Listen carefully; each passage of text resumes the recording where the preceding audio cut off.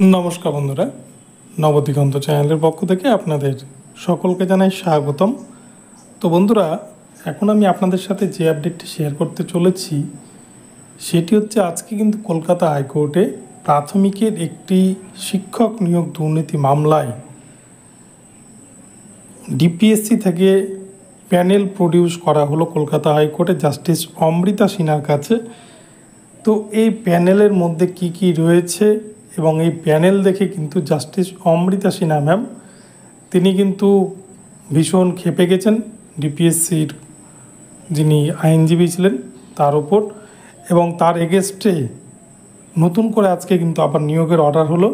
তো এই বিষয়ে আপনাদের সাথে বিস্তারিত ভিডিওতে আলোচনা করতে চলেছি। আপনারা সম্পূর্ণ ভিডিওটি দেখুন, ভিডিওটি আপনাদের জন্য ভীষণ ইনফরমেটিভ হতে চলেছে। তবে তার আগে বলে রাখি, যারা প্রথমবার চ্যানেলটি দেখছেন আপনারা অবশ্যই চ্যানেলটিকে সাবস্ক্রাইব করে নেবেন এই ধরনের আপডেট সবার আগে সর্বপ্রথমে পাওয়ার জন্য।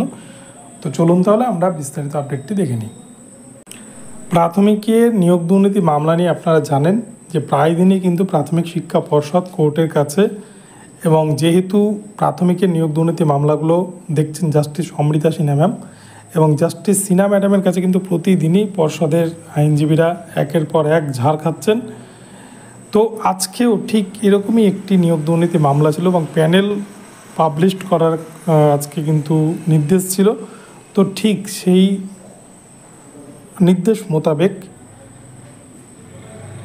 24 পরগনা ডিপিএসসির হেডমাস্টার রিক্রুটমেন্টের একটা বিষয়ে এখানে একজন ক্যান্ডিডেট, একজন ইন সার্ভিস টিচার, তিনি সিনিয়রিটির দিক থেকে এবং একাডেমিক নম্বরের দিক থেকে তিনি অনেকটা এগিয়ে থাকলেও তার থেকে কম যোগ্যতা সম্পন্ন ইন সার্ভিস টিচাররা তারা কিন্তু প্রাথমিকের হেডমাস্টার হিসেবে জয়েন করেছেন সেই রিসেন্ট।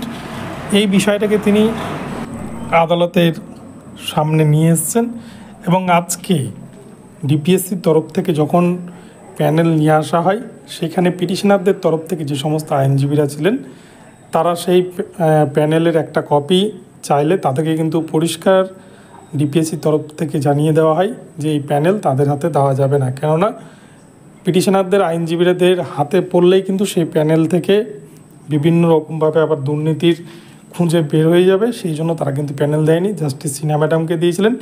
এবং জাস্টিস সিনহা ম্যাডাম তিনি কিন্তু প্যানেল দেখেই ডাইরেক্ট 2 মাসের মধ্যে অর্থাৎ 8 সপ্তাহের মধ্যে যে ক্যান্ডিডেট মামলা দায়ের করেছিলেন সেই ক্যান্ডিডেটকে প্রধান শিক্ষক পদে চাকরি দেওয়ার নির্দেশ দিলেন। তো আবারও কিন্তু নিয়োগ দুর্নীতি মামলায় আজকে নিয়োগের একটি অর্ডার হলো, যেখানে একজন ইন সার্ভিস টিচার কিন্তু তিনি বঞ্চনার শিকার হয়েছিলেন। তিনি আদালতে বিষয়টিকে তুলে ধরেছেন যথেষ্ট প্রমাণসহ। তো এই বিষয়ে আজকে কিন্তু নিয়োগের অর্ডার হলো। তো বন্ধুরা, এখন এই পর্যন্ত রইল প্যানেল প্রকাশ মামলায় আজকে একটি সুখবর কিন্তু বঞ্চিত ক্যান্ডিডেটদের জন্য। তো ভিডিওটি ভালো লাগলে চ্যানেলটিকে সাবস্ক্রাইব করে দেবেন, এই ধরনের আপডেট প্রতিনিয়ত পেতে থাকবেন। ধন্যবাদ সকলকে।